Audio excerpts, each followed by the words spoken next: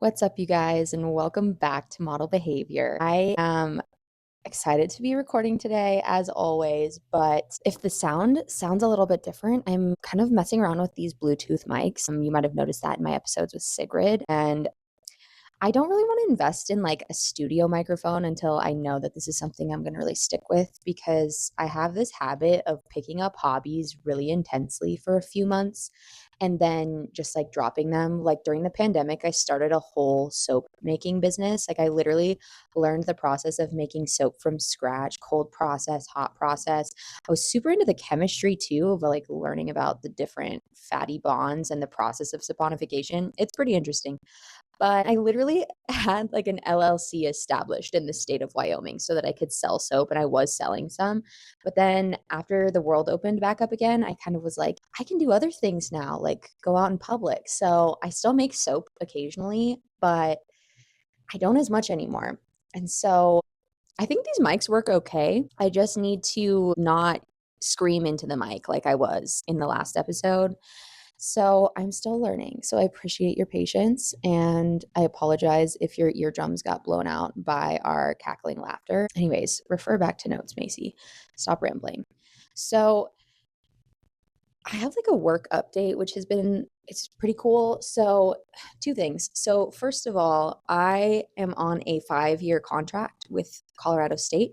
And so I'm about a little over halfway through that. So I have like 2.5 years before my contract is up. So I'm starting to think about what I want to do next.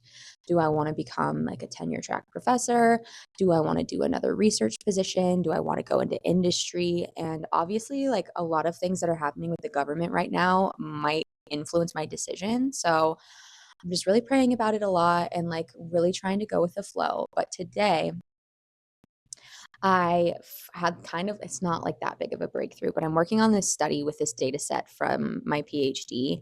And the data are just like, oh, yeah, that's another thing. It's data R. It's like plural.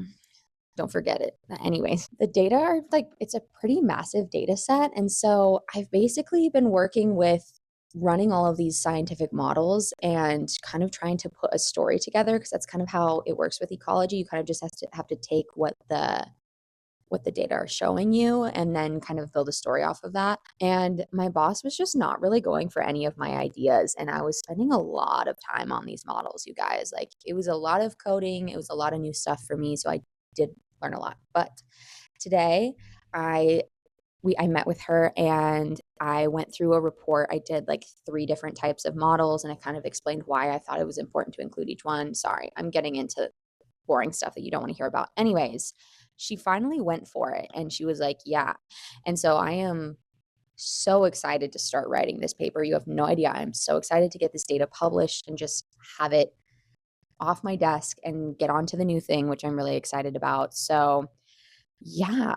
So, Sigrid was here. I dropped her off at the airport on Sunday afternoon. So it's now Tuesday night. And we had such a good weekend. I just got to take her to some of my favorite spots. And it was just a really good time. We got to record the DDK episode. And so after we recorded the episode, it really had me thinking of the concept of the hot girl mission because I think we explained the DDK ad nauseum in those episodes, but I don't think I fully described what a hot girl mission is. I've just given it examples. And I did talk about this in the first DDK episode, the DDK playbook, about how it's important to go into the night with a mission in mind. And I think that that is like the number one thing for hot girl missions is go in with an intent and then seek to make it happen. Yesterday I was doing like a deep clean of my house. So when I leave on Friday, like my house will be really clean when I get back because there's nothing worse than coming home from being on the road for weeks and you come home to a dirty house. So I did the deep clean.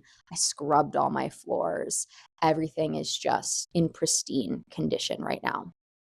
And so while I'm cleaning, I really like to listen to podcasts. So I, like pretty much everyone else, have been really binging the Mel Robbins podcast lately. And I happened to pull up this episode that she recorded maybe like back in April of last year about synchronicities. And I was listening to this episode and I thought, wow, That sounds a lot like a hot girl mission. So, in the podcast, Mel basically talked about the importance of looking for synchronicities in life, which is basically like you say out loud something's going to happen, you're expectant of something, and then it happens. And obviously, I believe in prayer, but I think that even if you don't believe in prayer, you can still enact these things. Like it's similar for me, like when I pray about something and then my prayer gets answered. But if you're not a person of faith, I still think that you can absolutely look for these synchronicities. Okay, you're being like, Macy, how does this tie back to a hot girl mission? I'm getting there. Okay. So in the podcast, Mel referenced this study that came out in 2020 in Frontiers in Psychology. And the title of the paper is An Underexplored Pathway to Life Satisfaction, the Development and Validation of the Synchronicity Awareness and Meaning Detecting Scale.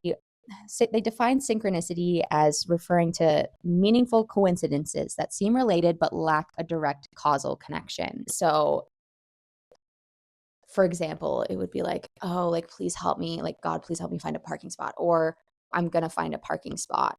And then there's a parking spot. Like, there's really no correlation between those two. There's so many things that are out of your control, but it still happened.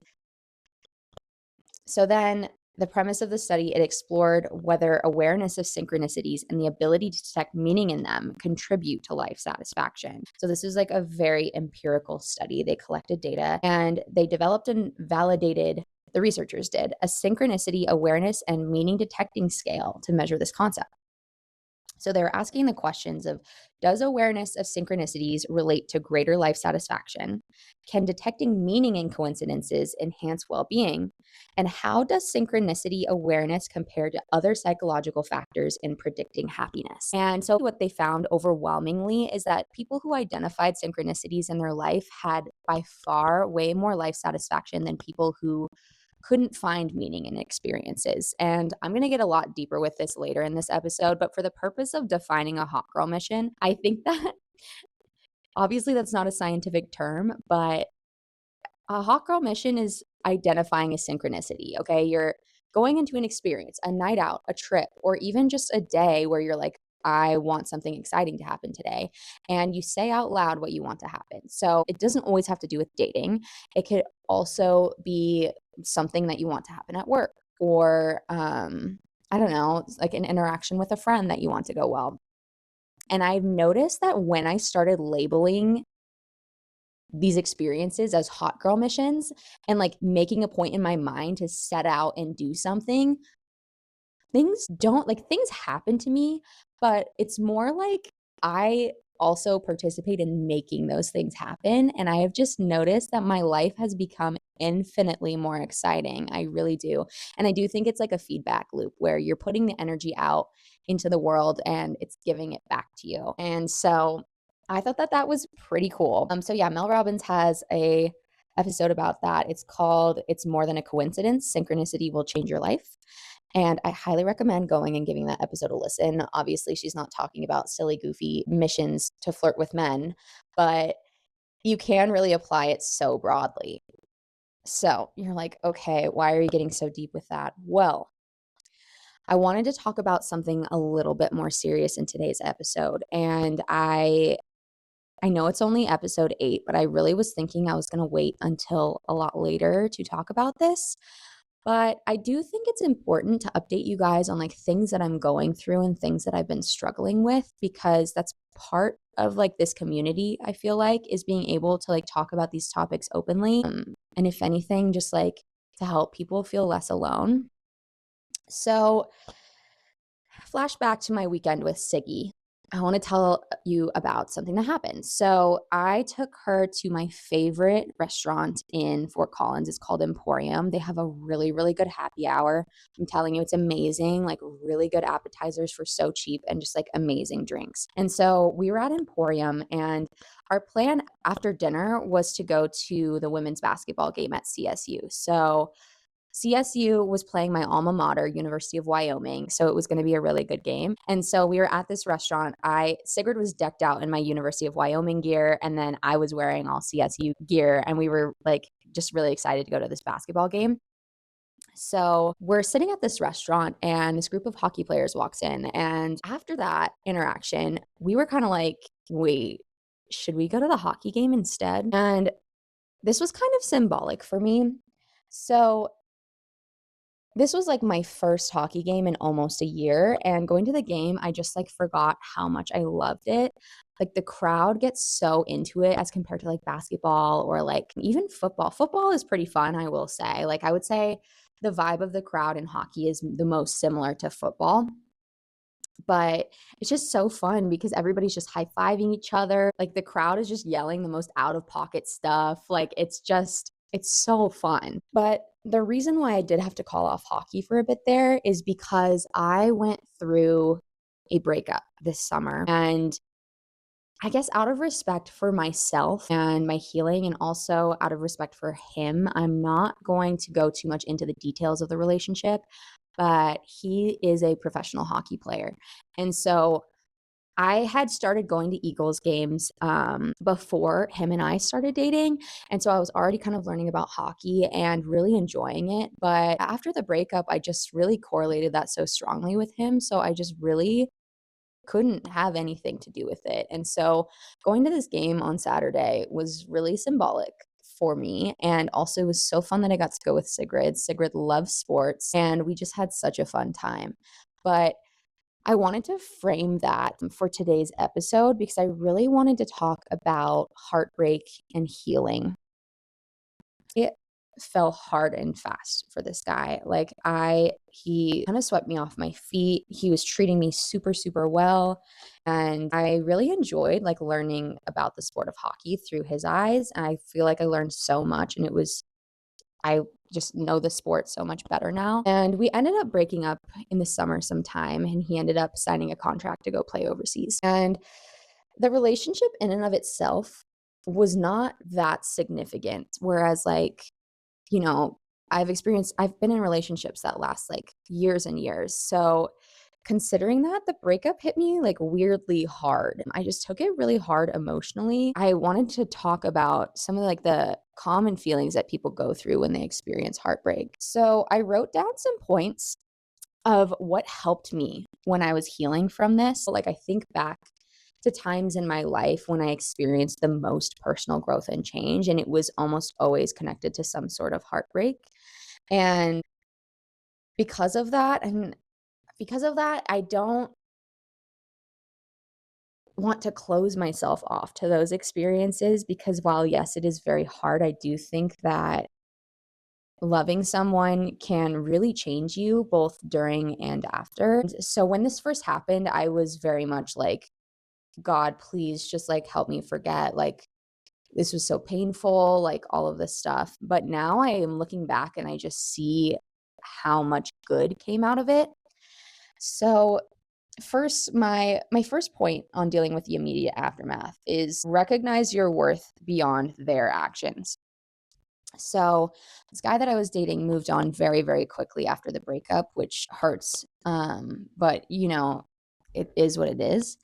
But I wrote down that his quick move on does not reflect your value. It's a reflection of his coping mechanism. And I also think it can be really easy to villainize the person that your ex moves on with, but they are living like an existence that's completely independent of yours and they have their own experiences. And what is happening now, they have nothing to do with it. And I think you just have to keep reminding yourself that because it can be so easy to compare. And when you're hurting, your perception of reality of what's going on in the breakup can become very distorted.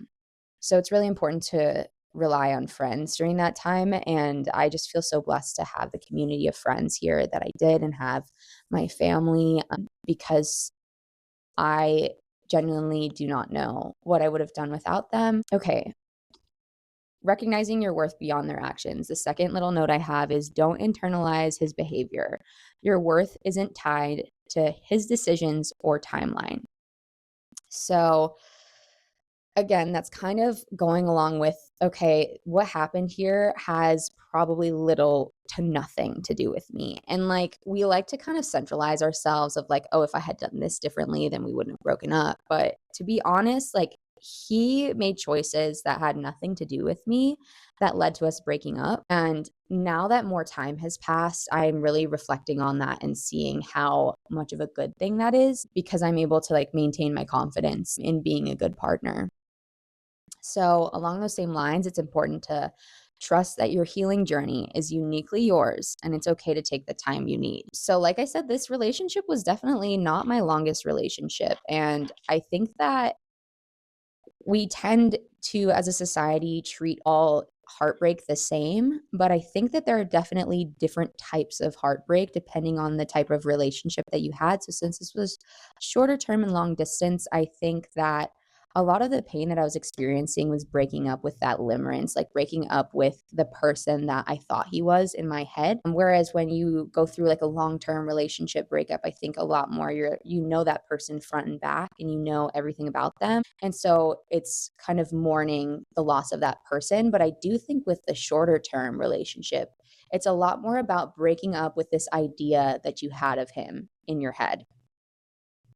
Okay, number two, I think it's really important to acknowledge the discrepancy in attachment styles. And I thought that like a lot of people knew about attachment styles, but I was talking to Lindsay about this, one of my best friends, and she hadn't really heard about attachment style theory. So basically, with attachment styles, you have anxious, avoidant, and then you also have disorganized, which I did not know existed, but I do think that that's my attachment style, which is really helping me understand my feelings and myself a lot more through this process. But I wrote down that athletes, especially those with demanding careers, often cope with emotions differently. They tend to compartmentalize. I think that that can lead to more avoidant behavior. So, his ability to move on quickly may not be a sign of indifference, but a defense mechanism against the pressures of his career. And I think that if you compare being an athlete to like a regular job, it's a job where you're constantly traveling, you're constantly from home. So there's not a whole lot of stability there or sense of routine there. And then also, is particularly with hockey, a lot of these contracts can be year to year. So it's really common to sign a 1 year contract. And so a lot of these guys don't know where they're going to be at the end of the season or at the beginning of the next season. And so there is a lot of turmoil in that way, which I think can make dating a hockey player very tumultuous. Okay, something else that I wrote down, focus on self care, whether that's through therapy, working out, or diving into personal projects. So I've always been, I mean, I think, okay, I've always been like someone that works out a lot and picks up hobbies, which I think is really important regardless. But I spent this time to really think about like, okay, what are skills that I want to develop? And so I started doing, more different types of workouts and trying other things for the first time. I also did really make therapy a priority. I'm very blessed in that I have access to talk therapy. I know that not everybody does just through working for a university, but I really wanted to make it a priority to put money every month into my HSA so that I could be regularly going to therapy twice a month. And I really invested in my healing in that way. And I think I also adopted a different approach to talk therapy than I had in the past. So in the past, a lot of times it was me just kind of like this podcast, just telling stories about my life kind of for entertainment purposes. And after a while, I'm like, why am I paying to like entertain this therapist that's supposed to help me? So I started focusing less on the events that happened and more about the way they made me feel. And when I started doing that in talk therapy, I really started making progress because I think everybody's emotions are so much more complex than we give them credit for. And I just kept having to tell myself this that two things can be true at the same time. So, yeah, this relationship might not have worked out, but also it doesn't mean that he never cared for me. And I think that kind of understanding that dichotomy, even though it's difficult, can be really healing. So, one thing that I did start doing is journaling. And I never was into journaling growing up, but I really started to get into it recently. And it took like probably like 2 months of journaling every morning for me to realize, like, wow, this is really helping me because if anything, I could just look back on my entries from the previous days and just realize how far I was coming. And some days, when you're going through grief of any kind, but I'm talking specifically about heartbreak, it can really ebb and flow. Like you could have good weeks, you could have bad weeks. And after a while from journaling, I kind of realized like this healing process has nothing to do with him anymore. I think that that part kind of ended probably like a month after we broke up. And then it became a lot more of like, what do I want out of a partner? What do I want in life for myself? And how do I change my approach to achieve those things? Okay. The next point, number 4, something I wrote down was let go of the illusion of closure. So, athletes, especially those in the public eye, may not provide the kind of emotional closure you need. So, yeah, letting go of the illusion of closure was huge for me. I know it's really tempting to seek answers, but sometimes true healing happens when you release the need for validation. And that's something that I've always struggled with is needing validation, whether it's from, boyfriends or friends or family or bosses at work or coaches. I've just always been the kind of person that always needs like to be told that I'm doing a good job. And that's gotten a lot better within the last like 5 or 6 years, I would say. But still, I think from a relationship aspect, I really going through this really made me realize how much I still was relying on validation from a partner. And it really forced me to look inward and think about why that is and how I can build a self-image that is independent of external validation. Yeah. So then I also have written that closure is an internal process. So find it within yourself by focusing on your growth and moving forward. So that kind of builds off of the last point of releasing the need for validation. And this is a journey, right? Like you're not going to be like, okay, I'm going to do a 1 week crash course and watch a bunch of YouTube videos and find validation within myself and focus on my growth. Like, no, this is something that you have to choose every single day. And it's a habit that you have to make. And so obviously you still have to give yourself grace. I have to give myself forgiveness for, having a bad day every once in a while. But that's why I think journaling has been so helpful for me because even though I can beat myself up so much for like kind of having a low day mentally, I can look back on my journal and realize like how few and far between those days are now. At this point, like I'm not even talking about the end of the relationship. I just really think that before I got into this relationship, I was running from a lot of things in my life that made me uncomfortable or that I didn't want to face. And so the relationship kind of gave me temporary reprieve and a lot of excitement. It was something new. And so when it ended, it made me realize, like, wow, like I really need to deal with this stuff in my life. And so that's where I really dove into focusing on my growth. And to be honest, if this hadn't happened, I don't think I ever would have been pushed to confront these things in my life like I have and I'm doing. And I'm just really proud of myself for just diving into the hard stuff and making something really good out of it. So, along those same lines, my fifth point on dealing with the aftermath of a breakup is reclaim your narrative and confidence. So, you can definitely use this heartbreak as an opportunity to redefine yourself and your goals. Something that has helped me through breakups, not just this one, but other ones, is what is something that I never would have done if I was still in this relationship? And kind of build new avenues of life for yourself that are independent of that person. So, yes, you can still keep doing the things that you love that you did when you were with this person, but make new memories and kind of force yourself to step outside your comfort zone because that is just like where the most growth happens. But also, I think it's really important to understand that his actions don't define your future and that you literally have so much power to build a new, stronger version of yourself. So, along those same lines, I wanted to talk about ways that I've glowed up. And so, there's a little bit of overlap from the previous points. But number one, I really prioritized my healing. So, I think that for me, healing looked like spending time with friends, getting out of the house, and not allowing myself to just kind of sit and wallow. So,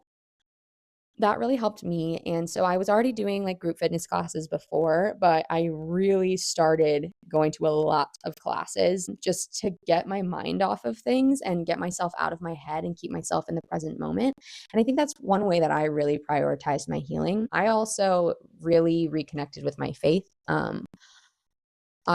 My faith has always been important to me, but one thing that I kind of had let slip by the wayside in recent years is reading my Bible every morning and doing my devotional. And so I really prioritized just taking 15 minutes out of every morning to read my devotional, read my Bible, highlight some verses, pray about it. And then I also use that time to do my journaling as well. You've probably heard of this, but I have it's called a 5-minute journal.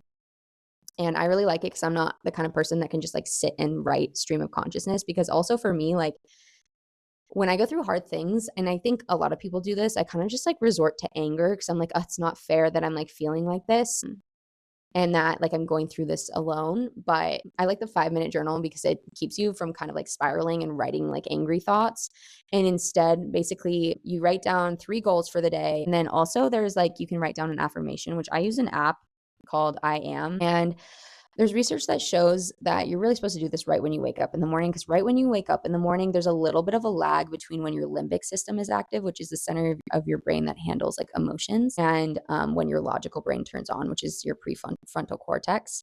And so affirmations can be really powerful in the morning because you're kind of talking to your limbic system, because a lot of times, well, when we're awake, like both systems are active. And so a lot of us are very dominated by our prefrontal cortex, our center of logic and reasoning, which is obviously very important. But in these situations, I think it is important to pay a lot of attention to the emotions that you're just feeling in your body and kind of where you feel them. So I had the opportunity to go through some trauma counseling a few years ago. It's associated with my dog attack, because I was like, literally, I had PTSD. And I remember going to like my primary care doctor, and she was kind of asking me some questions. And she was like, yeah, I think you have PTSD. So I went to trauma therapy, and it was literally life changing. And it really helped me like understand the difference between our emotions and our logical thoughts and how we tie them together.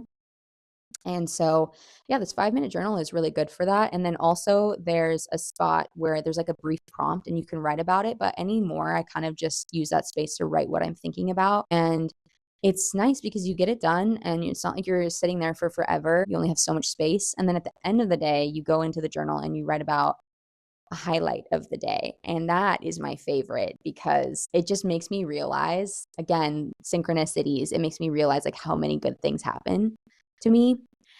So that was kind of a tangent, but yeah, so acknowledge the pain, but don't let it define you. And I think that that's been a mantra throughout this process. So yeah, also big point here with prioritizing healing, avoid re-exposing yourself to things that set you back. I have in parentheses, social media stalking. I cannot emphasize enough how important this is, because I know that we are just like conditioned. Like, let's say you go on your Instagram and like you search like a letter that his name starts with, and he's the first one that pops up. And especially like I have never been through a breakup with someone who is more in the public eye. So it was so easy, even if it wasn't Instagram, just to like look up things about him. And then especially once he got into a new relationship with another person that is like a semi-public figure, it was just overwhelming. And it was, the urge to stalk was so intense. But I was really disciplined, and I did have a couple of hiccups, but again, you have to give yourself grace with that. But I was so disciplined in not looking at any of that. And I think, and that part of that was not going to hockey, because at the time, it just like really brought back a lot of memories, good memories, but it just brought back a lot of memories. And I really, really was disciplined about making sure that I was not social media stalking. I have this app. I got this app on my phone called Screen Zen. Screen Zen. You can set time limits for certain apps. And so for me, I'm like, my urge to stalk usually starts about like 7 minutes after I get on Instagram. So then after 7 minutes, it will lock you out. And I have the settings on mine to where it won't let me back in for another 20 minutes. And that's usually enough time for me to like forget the urge. And that app, I will tell you, that app has single-handedly saved me. And even now, like I'm keeping that on my phone because it's been so good for decreasing screen time. Because then you go on the app and with more intention, like, oh, I want to reach out to this friend, or oh, I want to post this. And you're not just like aimlessly scrolling, because that's when like the intrusive thoughts can really creep in. I think that it's really important to seek out relationships, both platonic and romantic, that align with your future, not your past. And my brother told me this over Christmas. I was kind of having a brief lapse in healing, I would say. It was just a few days, but he was so helpful. He's just so wise. I don't know. He's my baby brother and he's just so wise. And he just said it's really important to just focus on the future. Like you've got to be looking ahead. You cannot keep looking back.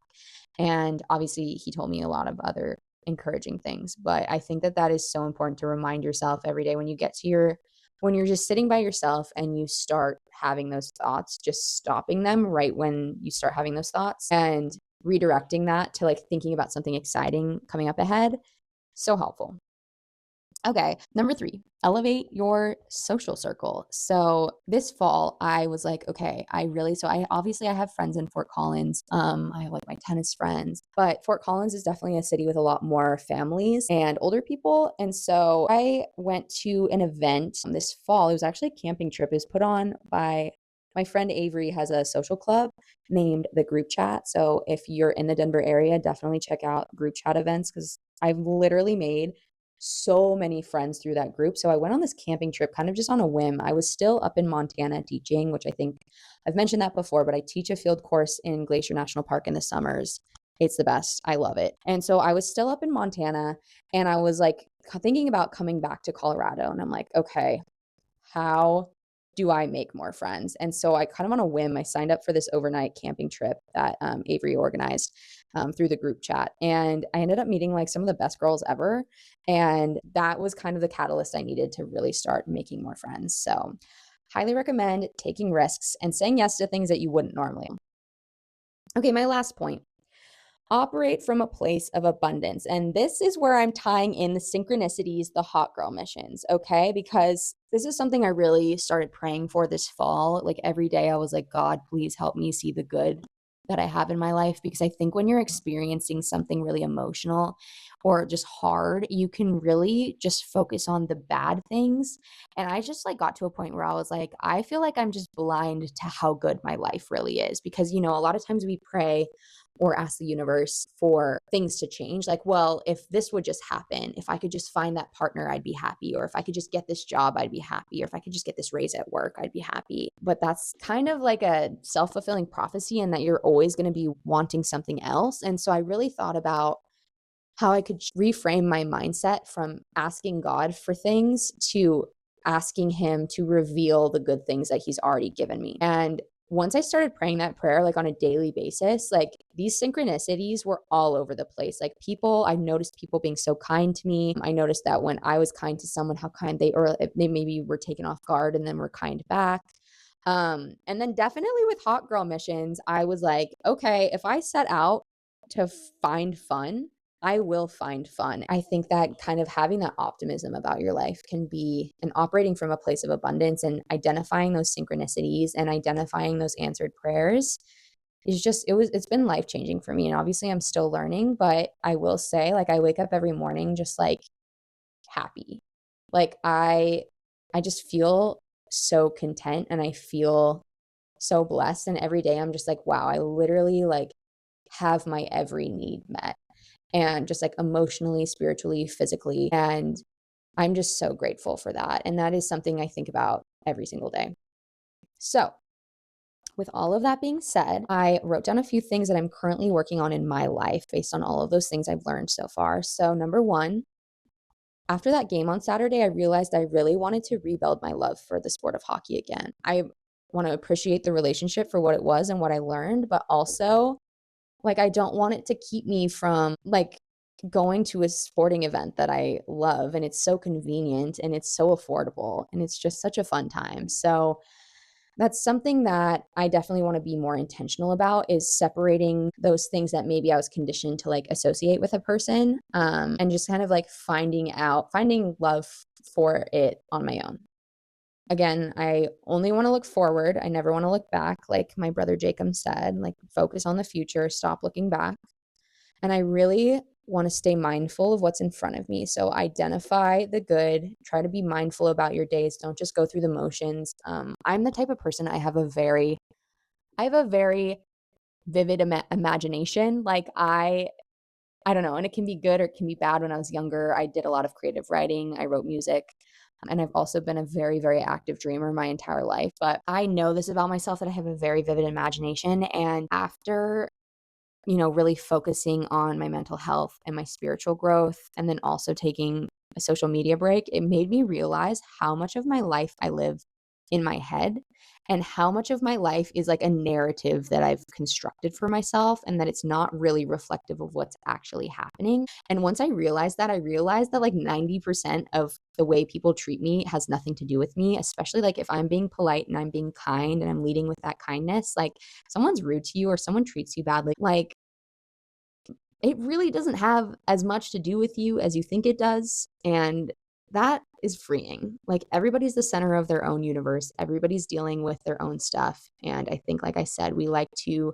make ourselves the center of we like to make ourselves the hero in every story. But the reality is, going back to main character energy, MCE, sometimes you're just supporting cast. Like you're not always the main character. So that has been really freeing for me. And along those same lines, like I said, celebrating good things when I see them. So when you identify answered prayers, synchronicities, successful hot girl missions, okay, name it. Like name good things when you see it. I have these like neighbor kids that live across from me and they're so cute. And like when the weather gets warmer, like they'll invite their friends over and they'll just be like out shooting hoops. And I just think it's so sweet. Like it reminds me of me growing up and I'm just like, wow, that is like so special, like that I have this community. And so I always need to be sure to like name good things when I see them. So if you successfully complete a hot girl mission, okay, if you went out on that date that you were nervous to go out on, whether or not it went well, celebrate that you did it. You're like, I said I was going to do it and then I did it. Successful hot girl mission. If a prayer that you have really been praying gets answered, thank God for that. Be like, wow, thank you for answering that. Even if it's something silly like praying for a parking spot, definitely like come back to that. And if you're not a person of faith and you're just trying to identify synchronicities, like after you say, like, I'm going to find a parking spot or like, I'm going to make like this girl's trip happen and then it happens, like say, yes, I called that out and it happened. And just reinforcing that, so helpful. And then the last thing that I'm working on is recognizing how far I've come. I think it can be really easy to beat ourselves up when we have a bad day or we experience those nostalgic emotions. I think that recognizing how far you've come and recognize like honoring the progress that you've made can really be healing. So that's all I have for you guys. I know that was a little bit of a heavier episode today, but it's something that I have been working on the daily. So I thought it was worth sharing with you all. I hope that you all are having an amazing week. It's starting to get warm here in Colorado, which I'm like, of course, the weather gets warm right when I'm leaving. Like, why? I don't know, like 2 weeks ago, it was just like in the negatives, like blizzarding cold, like feet of snow. And then all of a sudden, right when I'm leaving, it gets super warm and sunny. And I'm not complaining. Like I really appreciate the vitamin D, but why does that always happen? I know spring break is coming up. For us, for CSU, it's not next week, but the week after. So if you're traveling at all this time of year, I hope it goes well. I hope you have so much fun. Try to plan some hot girl missions. Try to point out some synchronicities that you see and kind of make note of the way that it makes you feel. So, and if you're going through heartbreak, I see you. I am here for you. I am there with you. And I just want you to know that you are not alone. If you're beating yourself up for feeling like you're not where you feel like you should be in your healing journey, please don't. Like it's such like an undulant process. Like it's like ups and downs. And so I think just remembering that and remembering that your journey is going to look different than someone else's is really important. So if you're going through some sort of heartbreak or sadness right now, just know that like my heart goes out to you. I am here for you. If you ever want to talk about it, you can always message me. And here is to new experiences and here's to healing. So I hope you guys have a great week and I cannot wait to talk to you in the next episode. Bye.